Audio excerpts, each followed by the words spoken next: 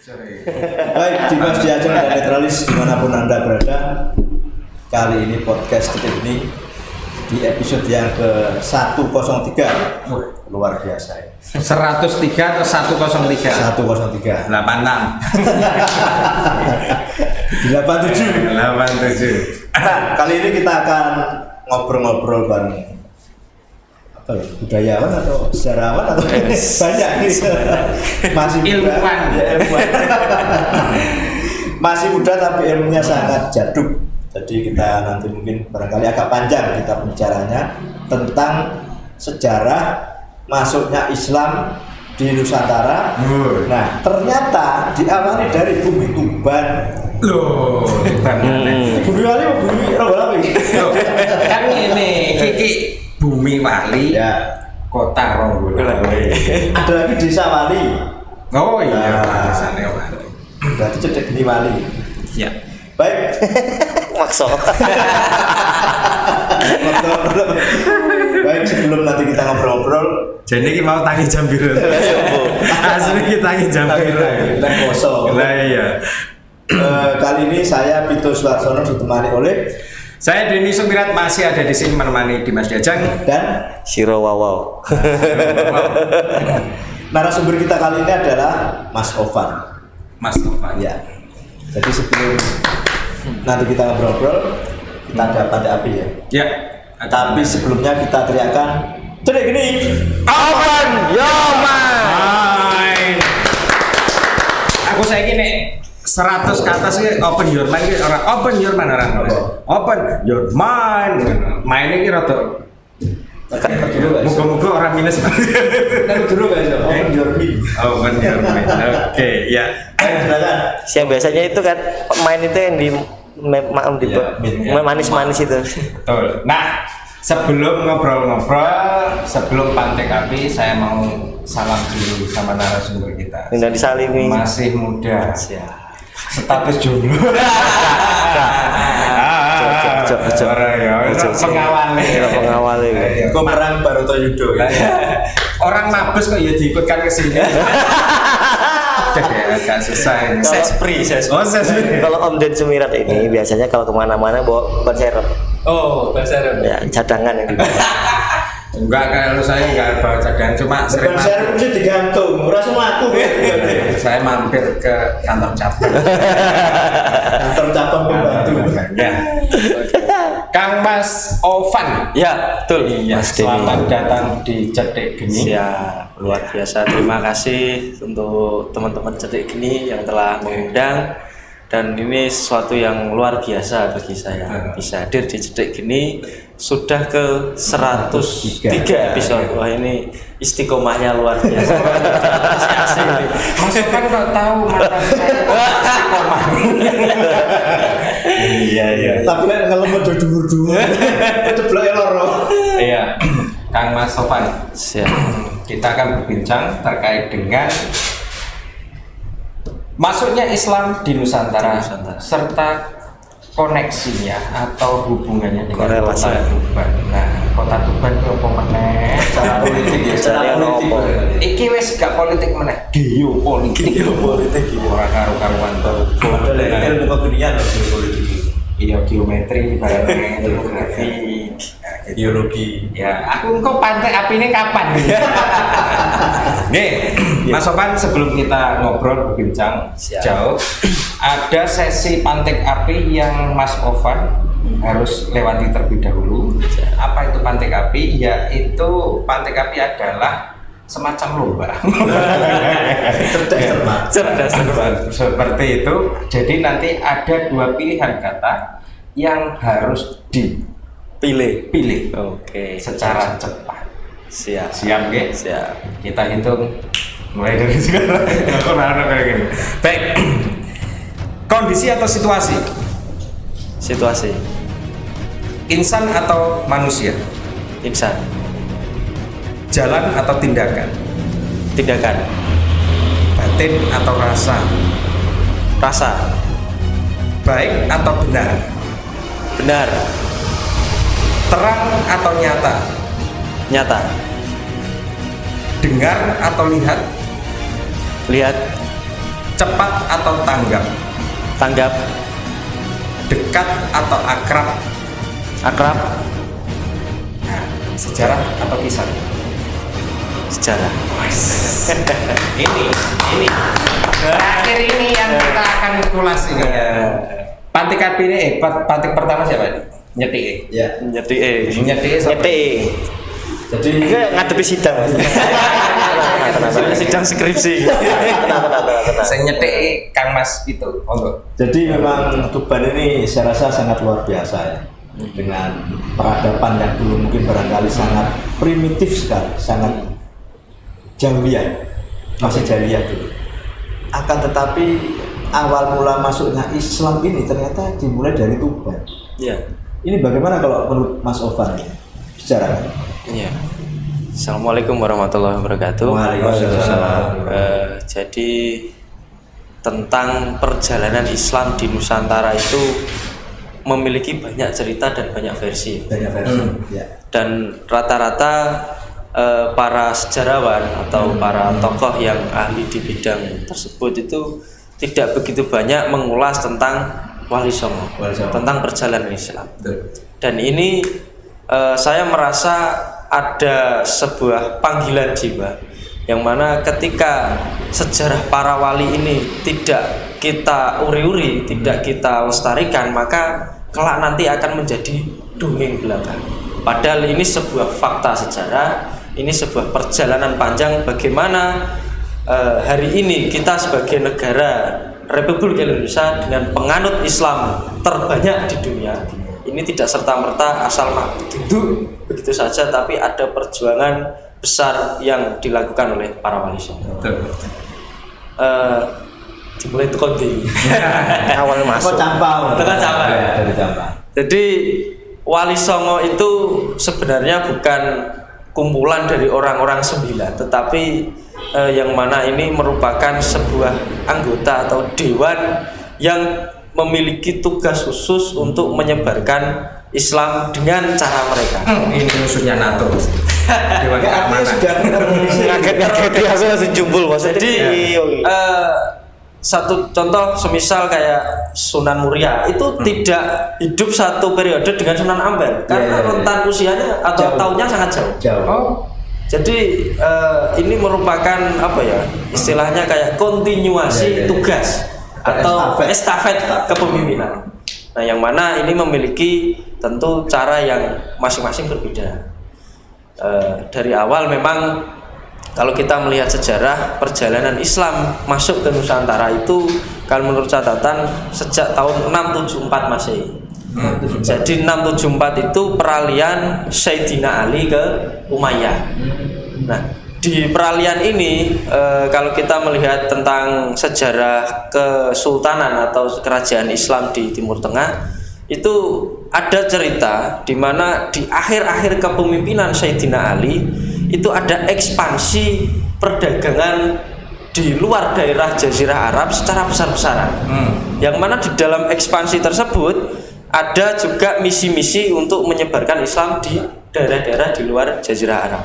Nah, tentu ya di dalam misi perdagangan itu ya selain dia berdagang juga ditawarkan bahwa ini ada ajaran baru, ada ajaran yang mana ini dibawa oleh Kanjeng Nabi Muhammad SAW. ini yang jadi cikal bakalnya VOC ya ini. Nah, dulu di cerita tersebut Sayyidina Ali mengirim kurang lebih 10.000 kapal dari Jazirah Arab menyebar ke seluruh dunia. Ada yang di belahan Afrika, Eropa, dan yang paling banyak itu di daerah kita, di daerah Indonesia atau daerah timur. Sehingga di situ tidak ada cerita di mana Islam bisa berkembang. Yang ceritanya yang paling masyhur adalah misi perdagangan, yaitu kalau kita melihat di Samudra Pasai itu ada daerah Barus ya. Nah, itu yang paling terkenal itu. Tapi cerita tentang Islam tidak ada. Sampai pada tahun sekitar abad ke-10.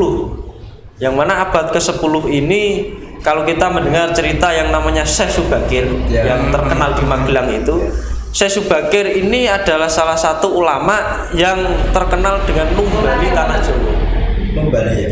Numbali itu ya memberikan apa ya istilahnya kayak patok atau pertanda tanda bahwa Islam di sini sudah tegak, Islam di sini sudah ada. Tapi juga tidak ada cerita tentang Islam diterima oleh masyarakat Jawa secara masif. Tidak ada cerita. Tapi saya sebagian sebenarnya sudah Islam ya. Sudah Islam. Artinya masyarakat kita ini waktu itu sudah ada yang Islam gitu ya.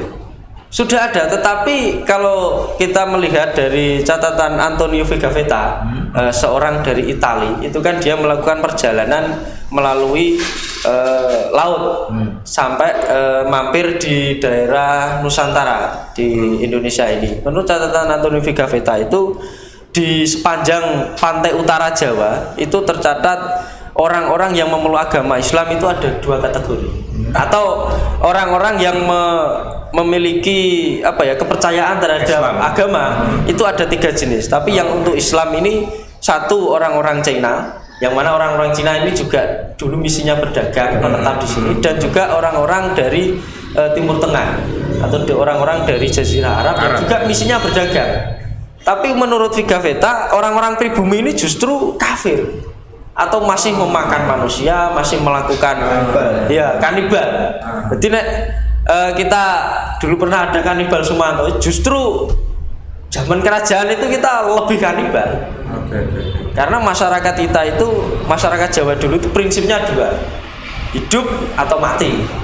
Jadi nek wis gelut ini ya pertarungannya 2, kalau nggak hidup ya mati. Masih sekarang itu. Masih sekarang. Kanibalnya pakai mesin.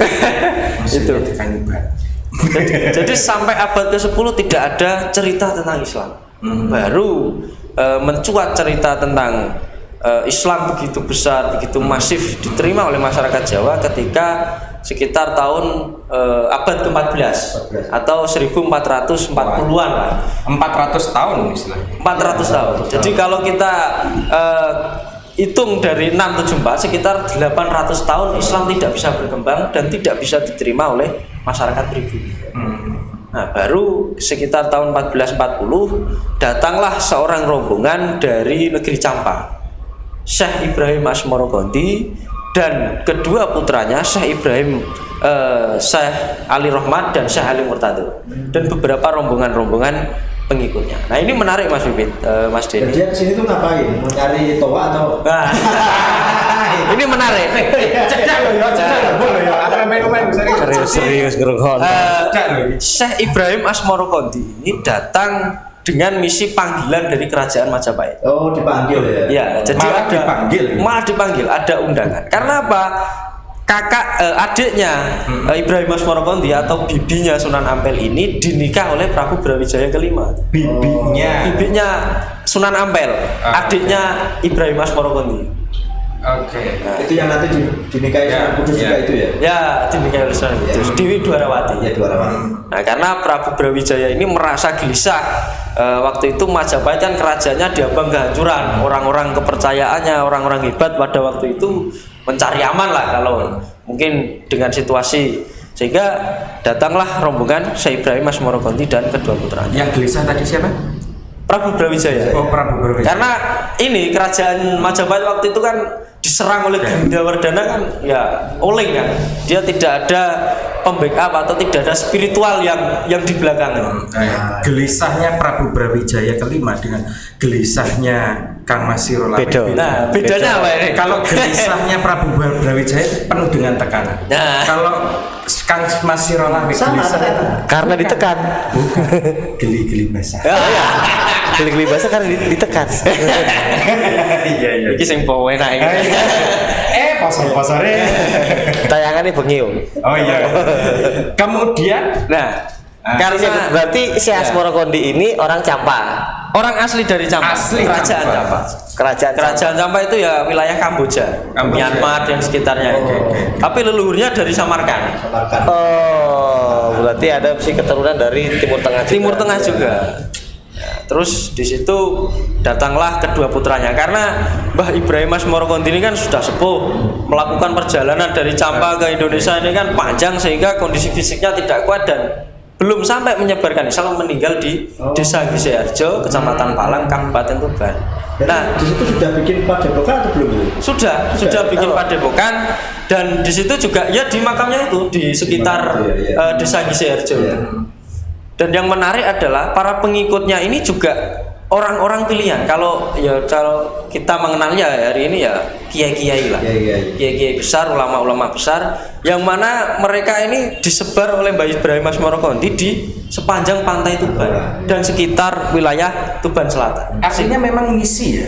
Misi Islam. Ada misi Islam. Sehingga kita banyak jumpai dari mulai daerah Bancar, Tambak Boyo, Jemlu sampai ke daerah Palang, ke Widang itu banyak makam-makam wali. Yaitu pengikutnya Mbah Ibrahim Asmoro Konti. Paham. Kalau jarak antara Mbah Asmoro Konti dengan Syekh Subakir ini berapa lama? Sekitar berarti berapa? Abad ke-10 sampai ke 14. 400 tahun jaraknya. 400 tahun. Jadi sangat lama, jauh. Tapi saya sebagai dengan Asmoro Konti punya garis keturunan enggak? Mungkin masih ada garis keturunan karena di Samarkand itu kan juga salah satunya ulama-ulama besar ya Mbah Ibrahim Asmoro Konti ini. Nah, jadi keturunannya disebar di beberapa wilayah di belahan dunia itu, sehingga semacam misal kayak contoh di daerah Kerek di Meliwang itu ada Mbah Said Abdullah. Itu kalau menurut Gusali Pasuruan, Gusali Masuri itu juga pengikutnya Mbah Ibrahim Asmoro Konti. Seperti di Bancar ada Mbah Sajat itu juga pengikutnya Mbah Ibrahim Asmoro Konti. Tapi karena di situ misi awal pertama Islam disebarkan atau dikenalkan oleh masyarakat, sehingga perkembangannya tidak begitu besar. Nah itu kenapa kok tiba-tiba Mbah Asmoro Konti kok di Tuban, ke Tuban maksudnya? Ya, pilihannya kan kalau kerajaan itu kan di undangan itu. Ya karena mendaratnya waktu itu kan di Tuban. Mendarat pertama kan di Pelabuhan Tuban. Karena kalau belum pernah ketemu sama Prabu Brawijaya. Belum sampai. Jadi yang diberikan tugas untuk menemui ya dua orang putranya ini, Syekh Ali Rohmat dan Ali Murtado. Sehingga dia datang karena Prabu Brawijaya ini tahu Ali Rohmat dan Ali Murtado ini adalah bukan orang sembarangan, maka dia langsung diberikan gelar kalau sekarang ya Menteri Agama. Jadi diberikan kekuasaan khusus yang mana Syekh Ali Rohmat ini diberikan wilayah di daerah Ampel Surabaya. Jadi dia ditugaskan untuk mengurusi khusus untuk orang-orang yang memeluk Islam, dan nantinya kelak inilah yang menjadi cikal bakal penyebaran Islam di tanah Jawa. Nah, sebentar, saya pengen tanya tentang sejarah Mbah Asmoro Konti ini. Iya. Beliau ini di Campa itu apakah titik tolak ke Tuban karena ada sebuah undangan begitu? Iya. Sehingga artinya bahwasannya kelahiran asli memang dari Samarkand, ataukah beliau ini keturunan dari Samarkand lahir di Campa. yang lahir di Campa sehingga dianya ke mana? Ke Tuban itu. Nah, itu yang mana itu? Jadi leluhurnya Samarkand itu kan kalau kita mengenal seorang yang paling masyhur adalah Syekh Jumadil Kubro. Nah, Syekh Jumadil Kubro ini kan punya banyak anak yang keturunannya banyak sehingga disebar. Nah, di Samarkand di Campa ini Dewi Dwarawati, Mbah Ibrahim Asmoro Konti ini anak Raja Campa.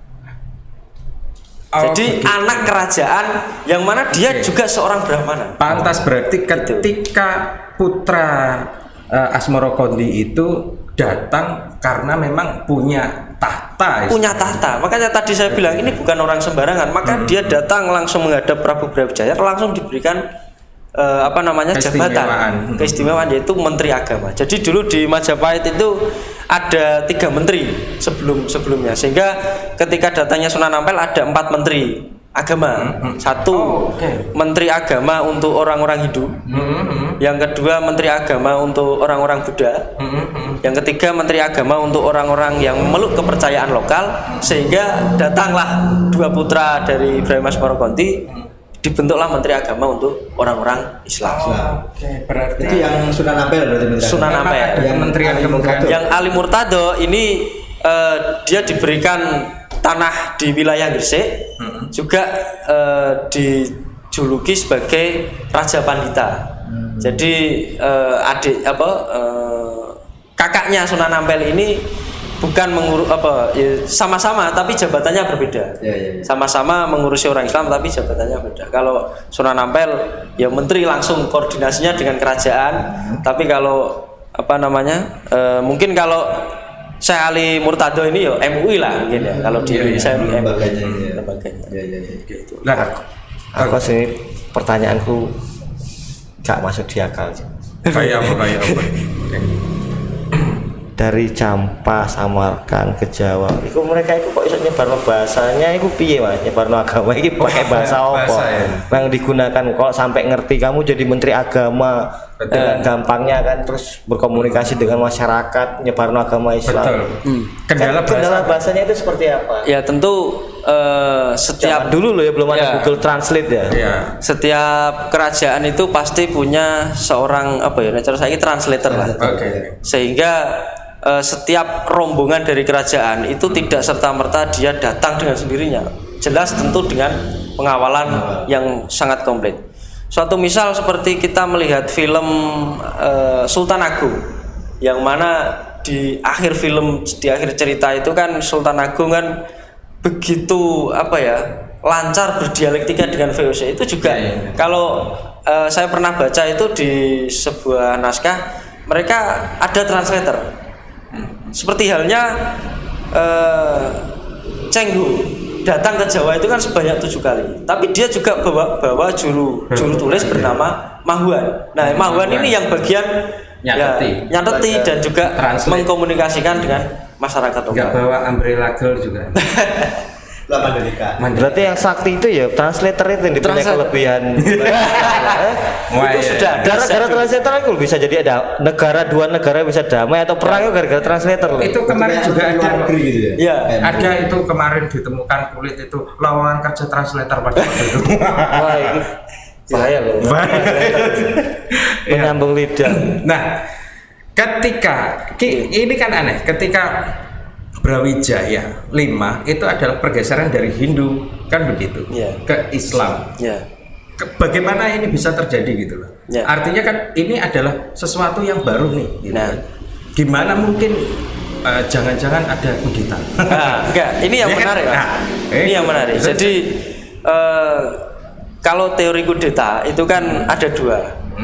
Kita menghancurkannya atau kita masuk di dalamnya. Nah, itu kan kalau kita mengenal selama ini. Tapi kepandaian para wali dulu, terutama Syekh Ali Rahmat atau Kanjeng Sunan Ampel itu, dia melihat bahwa ada sebuah kehancuran di suatu negara atau di suatu wilayah yang namanya Majapahit. Sehingga di situ beliau masuk menawarkan sebuah ajaran baru, menawarkan sebuah gagasan dan konsep baru yang mana ini misinya adalah penyelamatan. Karena Islam itu kan artinya kan penyelamatan, kepasrahan. Sehingga orang-orang yang disasar terlebih dahulu adalah orang-orang yang merasa ketakutan. Jadi seperti abdi dalam atau mungkin ya orang-orang kerajaan yang memiliki jabatan rendah kan memiliki ketakutan. Karena apa? Diserang oleh Grindawardana, kerajaan Kediri yang tidak pernah menyatakan mau gabung dengan Majapahit. Sehingga orang-orang ini ditampung oleh Kanjeng Sunan Ampel, oleh para wali itu. Sehingga mulai pelan-pelan dari bawah ya, dari bawah ke atas itu dilakukan oleh Kanjeng Sunan Ampel sampai berkembang nanti ke Kanjeng Sunan Kalijogo. Nah, tapi kalau Kanjeng Sunan Kalijogo ini berbeda gayanya. Berbeda, tapi itu memiliki salah satu apa ya? Sebenarnya ceritanya sama. Ketika Kanjeng Sunan Kalijogo itu menata perpindahan dari Majapahit ke Demak itu juga sama, melihat di situ ada potensi kehancuran yang mana ini harus kita ambil, diselamatkan dengan cara yang baru atau dengan kita sebut misi Islam itu. Ini hampir sama dengan sekarang ya. 3 periode dan IKN. Nggak ada ya? Kalau itu isu saja. Itu isu. Akhirnya sama kayak dulu. Wah, ini ada. Kita balik ke sana. Gitu kan. Saya belum percaya. Ya kan. Enggak masih wacana. Oh, masih wacana. Belum perjuangan pelaksanaan kata-kata. Oke, ya. Ya itu. Oke. Kamas Aku sampai sekarang masih mikir loh. masih mikir. Iya. Enggak, artinya apa kira-kira yang membuat Islam ini diterima oleh Masyarakat Jawa secara luas, ya. Mungkin ada kesamaan, mungkin ini kan tidak pakai perang. Iya. Ya, betul. Tidak pakai perang. Nah, Kan ini kayaknya kan negara agama awal ya. Betul. Akhir dia. Agama leluhur kita Iya, itu. leluhur kita. Apa namanya? Kapitayan. Itu kan hampir mirip juga sebetulnya. Ya. Dengan Islam. Nah, ini nanti menarik pembahasannya. Jadi kenapa Islam bisa diterima oleh masyarakat Jawa? Ternyata ada secara masif ya Mas Bibit, Mas Denny. Ternyata ada sebuah metode yang begitu luar biasa diterapkan oleh Wali Songo. Jadi Wali Songo itu melihat potensi-potensi yang ada di Jawa atau budaya adat istiadat kita itu digadhokke karo Islam dengan ajaran Islam itu ternyata ibarat tumbuh ketemu tutup. Nah, jadi ya langsung klub ngono ya, klub. kayak mur karo baut. Nah, kayak mur karo baut. Jadi tidak ada sehingga tidak ada peperangan ya karena itu ajaran yang sudah terjadi di Jawa yang sudah mengakar sampai dulu menjadi kepercayaan itu sebenarnya ada kemiripan dengan Islam. Artinya bukan mirip terus kayak Islam enggak.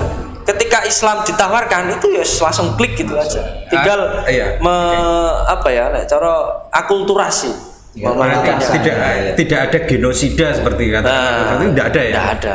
Sejarah Islam terhadap rakyat yang bawah gitu yang ada di Jawa katakan nggak ada genosida dan perang itu nggak ada. Tidak ada perang. Perang itu kalau dalam cerita kan ada istilah dulu Demak menyerang Majapahit itu bukan perang dalam misi Islam. Misi perang itu perang kesalahpahaman saja. Jadi antara ketika perpindahan dari Majapahit ke Demak itu kan ada yang setuju, ada yang tidak, ada yang pro, ada yang kontra kan. Itu ya sebenarnya perangnya di situ, bukan karena Islam. Nah, satu contoh kenapa masyarakat Jawa menerima Islam secara masif itu ya kalau kita mengenal tadi Mas Toto menyebutkan istilah Kapitayan. Itu agama asli leluhur masyarakat Jawa. Jadi agama asli masyarakat Jawa itu Kapitayan. Termasuk di Tuban. Termasuk di Tuban. Ada. Dan di Tuban ini salah satu seseorang yang merubah istilah Kapitayan sehingga menjadi istilah yang selama ini kita kenal dengan upacara yang ada di Islam. Contoh kayak tahlilan, kenduren. Itu ya akarnya dari Kapitayan. Bukan dari Hindu Buddha, dari Kapitayan, asli dari kebudayaan Jawa. Jadi ritual-ritual Islam tadi. Dan bisa jadi itu semua adat kayak gitu itu awalnya juga dari Tuban atau seperti apa? Ya tidak hanya dari Tuban, tentu masyarakat Jawa secara masif ya. Tapi di Tuban ini kan adanya Sunan Bonang ini kan yang pertama kali membuat gebrakan besar. Yang mana upacara Kapitayan ini dirubah menjadi adat istiadat yang selama ini orang Islam Jawa lakukan. Bernuansa Islam. Ya, jadi satu misal begini, di Kapitayan itu ajarannya adalah menyembah satu zat yang mana menurut kepercayaan orang-orang Kapitayan ini Tuhannya, kalau kita istilah Islam ya Tuhannya adalah Sang Hyang Taya. Sang Hyang Taya itu memiliki sifat tan kena kinoyo ngopo. Istilahnya ya tan kinoyo ngopo itu dia suwung tapi ada. Tidak bisa dilihat, tidak bisa dirasakan. Itu kalau ke dalam ajaran Islam kan laisa kamislihi syai'un. Tidak bisa diapa-apakan. Didelok ya ora iso, dipikir enggak bisa, apalagi tidak dilihat secara langsung. Dia hanya bisa dirasakan dan secara empiris. Secara empiris enggak bisa. Nah, ini peluang seperti ini ditangkap oleh para wali untuk memasukkan misi-misi Islam. Tapi beda ya dengan manunggaling kawula Gusti. Itu berbeda. Itu konsep lain. Ya? Konsep lain. Jadi istilah Kapitayan itu ajarannya itu. Dan orang Kapitayan itu kalau melakukan ritual itu tidak di sembarang tempat. Jadi kalau kita mengistilahkan orang-orang yang menganut kepercayaan itu juga memiliki tempat khusus untuk beribadah. Jadi ada beberapa gerakan juga yang sama. Iya, ini malah saya bingung gitu. Katakanlah Hindu dan Buddha itu kan sangat lama kan. Nah, tapi kenapa masih ada Kapitayan seperti itu kan? Hindu dan Buddha ini khusus Buddha untuk itu. penganut kerajaan. Oh, kerajaan. Oh. Ya, jadi orang-orang di dalam kerajaan. Ya, Brahmana tadi. Nah, Brahmana. Coba kita lihat naskah-naskah atau kita melihat cerita. Ada nggak orang-orang wong desa yang agamanya Hindu kalau dia bukan dari kerajaan? Oke. Nah. Berarti kalau rakyat yang ala Pribumi, wis rakyat jelata itu Sopo? kapitayan. Iya. Kapitayan. Kapitayan. Tapi justru di situ adalah akarnya. Akarnya dari situ. Maka dari itu tidak bisa Nah, dihilangkan. jadi tadi kembali lagi ke tempat peribadatannya orang kapitayan itu tempatnya ya bangunan persegi ukuran 8x8 atau berapa itu, yang mana orang kapitayan itu menamakannya sanggar. Oh. Sampai sekarang masih dipakai. Sanggar. Ada ritual menghadapnya kemana? Ada. ya? Jadi ini kalau saya ceritakan mungkin agak panjang, tapi secara Gak singkat. apa-apa. Recording. Oh gitu, siap. Jadi secara singkat ya. Jadi di dalam sanggar itu ada lubang-lubang tertentu. Oh iya. Jadi ada lubang-lubang tertentu yang mana itu bagi orang kapitayan adalah sang yang tayanya di situ. Di situ. Jadi dia menghadap ke suatu tempat, suatu arah, mungkin arah barat atau arah mana kan, menghadap ke suatu arah yang mana di lubang tersebut dirasakan ketika dia sudah menyatu, artinya sang yang taya ini sudah masuk di dalam jiwanya orang penganut kapitayan ini, maka dia sudah mencapai level tertinggi. Itu banyak levelnya. Tapi yang ada pendetanya juga di kapitayan. ada. Jadi ada imamnya, ada makmumnya, macam-macam. Sama seperti ya nek cara Islam ya ono kiai, ono macam-macam. Dan itu melakukan kanibalisme itu. Nah, itu lain, Oh, berbeda. ajaran lain. Itu sebelumnya. Ajaran Oh, lain. gitu. Jadi orang kapitayan sebenarnya orang kapitayan itu tidak ya macam-macam bentuknya, Mas. Ada yang nanti ada istilahnya penganut tantrayana. Nah, itu coba nanti kita masuk. Tapi Itu saya ingin kalau sekarang istilahnya abangannya. itu. abangan. Nah, ono abangan, ono sing ya rodok bedik-bedik saiki kan. Itu juga sama seperti kita. Agama punya struktur Nah, status sosial. Sehingga Wali Songo melihat ajaran yang dilakukan oleh orang kapitayan disamakan apa ya bahasanya, diakulturasikan lah. Akulturasi. Sehingga dari dari sanggar itu oleh orang Wali Songo dibentuk langgar untuk peribadatan orang Islam. Sama Langgar. konsep langgar itu sama seperti sanggarnya orang kapitayan. Hanya S sama L aja ya. Iya. Jadi kalau kita lihat langgar juga ada lubang-lubang kecil kan ya cara ventilasi lah. Tapi bagi orang kapitayan ya disitulah sayang taya berada. Nah, di dalam ritual atau rukunnya orang kapitayan beribadah atau melakukan ritual itu sama seperti kita melakukan sholat 5 waktu. Ada yang namanya tulajek. Tulajek itu berdiri tegak sambil tangan ini istilahnya memasrahkan lah, sendagap ya, sendagap. Jadi tulajek dengan posisi sendagap memasrahkan diri, yang mana ini proses itu tadi penyatuan antara sang yang taya dengan jiwa raga orang kapitayan. Tapi kalau istilah orang sekarang beda. Sedakapnya tadi beda. Piye? Kalau orang sekarang orang politik sedakap awi-awi. Oh, iya. Sendagap apa? Sedakap awi-awi. Contoh ini dulu ngarep.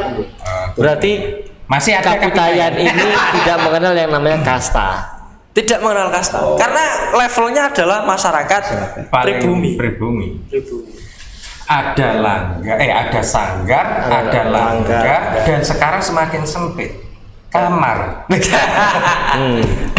Lengkap dengan tisunya? Iya. Iya. Lu ya toh.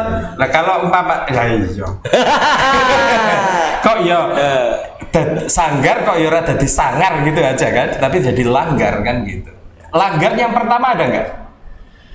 Ya mungkin kalau hari ini kita susah menemukan. Tapi konsep langgar yang hari ini kita jumpai di desa-desa itu ya konsep kapitayan itu. Nah, selain dia beribadah di langgar, ritual-ritual yang lain itu orang kapitayan kan kalau kita dulu mengenal istilah animisme, dinamisme itu istilah Belanda. Betul. Itu istilah yang dibuat oleh Belanda, bukan dari kita.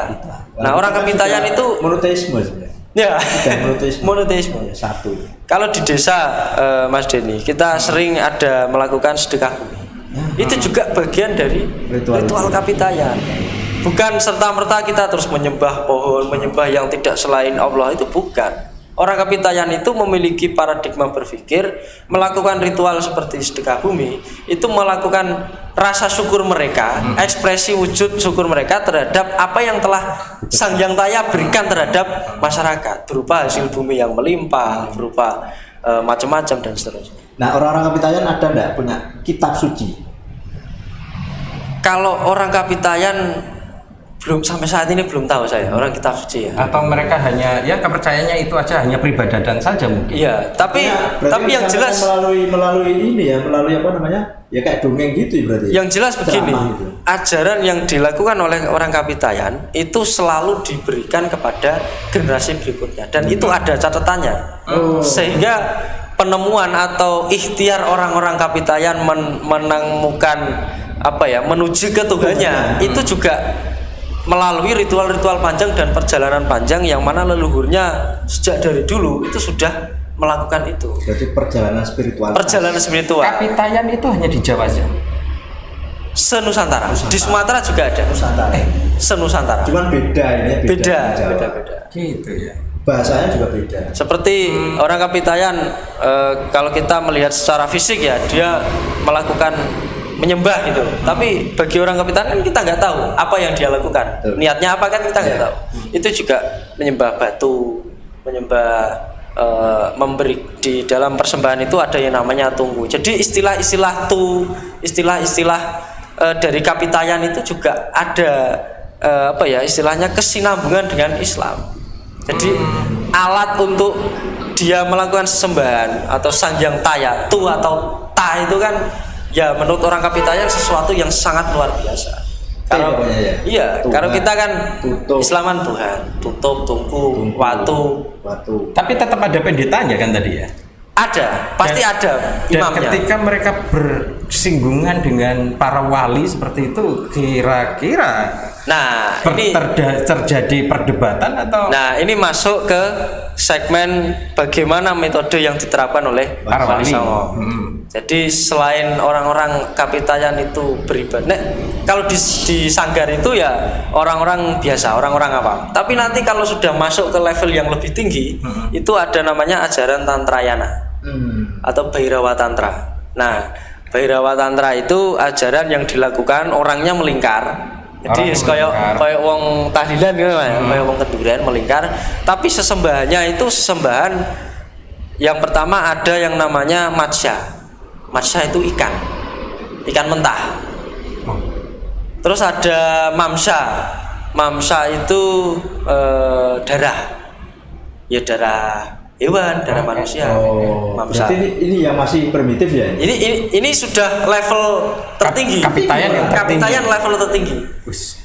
Terus ada yang namanya mudra. Mudra ini daging manusia, daging hewan. Nah, terus ada yang namanya apa ya istilahnya matsya, mamsa, mudra, maituna. Yang satu itu bersetubuh. Dan itu tidak bagian dari katakanlah sekte Hindu atau apa? Tidak, Kapitayan yang penganutnya adalah ajaran Bhairawa Tantra. Jadi level wis rodok dhuwur. Jadi levelnya level dulu. Brahmana. Ya, tidak Brahmana, tapi orang-orang yang sudah merasa dirinya menyatu dengan Sang Hyang Taya itu tadi.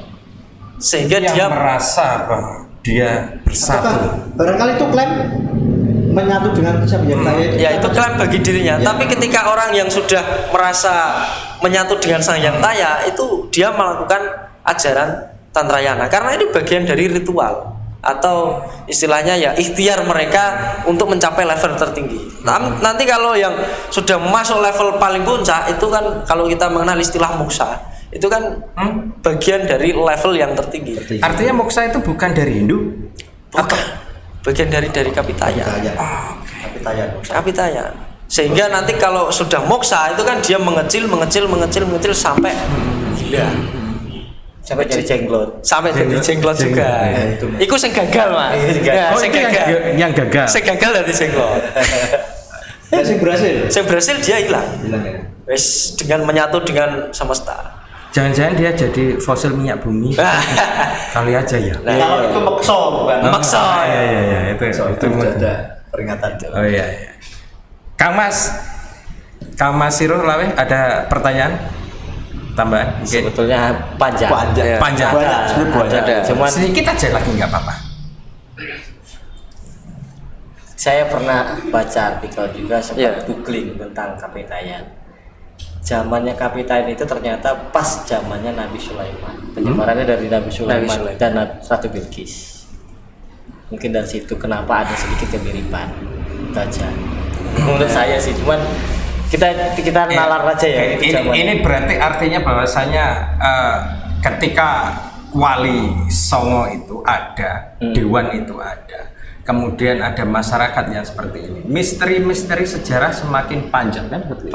Sampai ke Sulaiman, Nabi Sulaiman alaihissalam. Ya. Gitu. Itu termasuk nanti yang Gunung Padang gitu ya. Ya, Situs Gunung Padang. Itu lebih tua Jadi lagi. Kapitayan ini masih ada hubungannya dengan sejarah agamanya Nabi Sulaiman. Gitu. Pripun? Makanya ada Ya. ajaran tauhid juga kan, hanya mengenal satu Tuhan yang nggak berbentuk kan. Wah, ini. Ya, kalau istilah ajaran itu memang para nabi dahulu, misi adanya nabi itu kan juga membawa ajaran Allah Subhanahu wa taala atau ajaran dari Tuhan. Tetapi dengan cara yang berbeda. Pada zamannya. Nah, pada zamannya dengan cara. Nah, ketika mulai dari Nabi Adam sampai Nabi Muhammad itu kan memiliki lika-liku perjalanan yang berbeda dan jelas menghadapi masyarakat yang berbeda pula. Sehingga metodenya juga Berbeda. macam-macam. Dan penyempurnaannya ada di Nabi Muhammad SAW. Betul. Oke. Ya banyak mungkin yang terpelesetkan. Nah, ini karena ada sedikit yang menarik sebenarnya, Mas. Apa? Kalau mengenai istilah nama-nama nabi ini juga ada, saya pernah ngobrol dengan orang tua lah, karena saya ini kan suka ndungono ceritane wong tua. Nek kalau Mbah Al-Maghfurah Kiai Haji Maimun Zubair ngendikan itu pernah Nabi Muhammad ini rogone Arab tapi ruhe Jawa. Ada istilahnya. Kenapa kok? Nah, Oke. saya juga heran. Kok iso Tapi kan nggak mungkin Kapitayan kan nggak mungkin. Nggak mungkin. Wis lewat, wis lewat. Mas lewat. Udah lewat. Tapi kalau kita coba otak-atik gaduk Mas. Coba nanti ini masih dalam misi pencarian saya juga. Oke. Otak-atik gaduk, istilah nama atau bahasa linguistik ya. Linguistik mulai dari Nabi Adam. Adam itu istilah dari mana? Coba kalau kita apa ya? Otak-atik gaduk. Kalau Ya, istilah kalau di Al-Quran kan memang Adam. Adam, Ya, ya. Bani Adam. Nah, gitu. tapi kalau Betul. secara bahasa kemiripan itu kan juga bagian penting dari terciptanya sebuah benda atau sebuah istilah tersebut ya Di peradaban di itu. peradaban itu. Tapi kalau Adam ini kalau kita coba sinkronkan dengan budaya Eropa juga tidak ada, Ini tidak kalau nyambung Jawa- dengan kalau Afrika. Jawa ada ini istilah betal jemur ada makna. Nah, kalau Jawa ini Adam ini miripnya karo Adem. Adem. Lah pasangannya Adem ya apa? Oh. Ya iki coba piye iki? Oh, Adem. Jadi Adam dengan Ibu Hawa ini kan sebuah datang dengan ada peristiwa besar kan membawa Hawa Adam Disebul. disebul. Itu nama Nabi. Terus ada istilah lagi namanya Nabi setelah Adam kan Idris. Idris ini nek dengan coba kita miripkan ya. Ini ora berarti kok terus Nabi Idris wong Jawa enggak. Kita mirip-miripkan. Istilah Jawa itu ada yang namanya deres. Deres, bukan deres. Deres tadi apa itu maksudnya? Ya, deres itu kalau istilah Jawa itu kan artinya orang yang atau gurune orang-orang yang menemukan penemuan-penemuan baru. Jadi istilah-istilah baru atau nama benda, terus secara keilmuan, secara penelitian keilmuan itu orang-orang yang memiliki disebut istilah deres adalah orang-orang yang ahli di bidang penemuan baru. Atau nek cara bahasanya Mas Denny tadi ya filosof. Filosof. Sama inventor. Mungkin ada sebuah benda terus ini tesa antitesanya. Nah, gitu ya.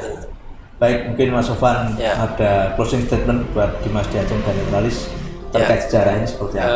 Untuk teman-teman netralis dan sedek gini semuanya, berbicara sejarah itu sangat unik, sangat asyik dan tentu mengenakan.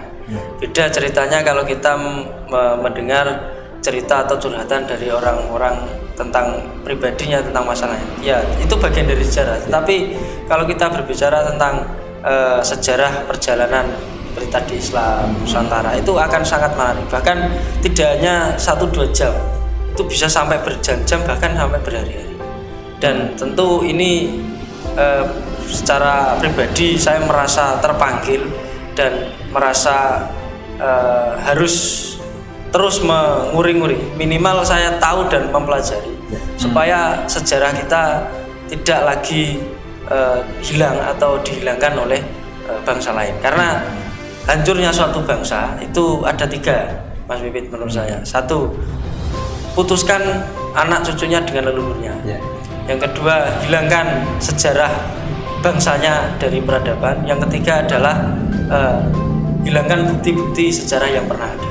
Jadi kalau bangsa kita mau maju dan tetap berjaya, Indonesia Nusantara ini, maka kita harus mulai membedah, mempelajari sejarah-sejarah kita. Apalagi terutama Wali Songo. Wali Songo ini kalau kita tidak pelajari dan selalu kita tidak uri-uri, maka kelak dia akan menjadi dongeng. Padahal ini adalah fakta sejarah. Fakta menjadi mitos nanti. Nah, itu kan yang repot. Kalau sudah didongeng ya mau gimana lagi? Bisa Pada akhirnya mitos menjadi nyata.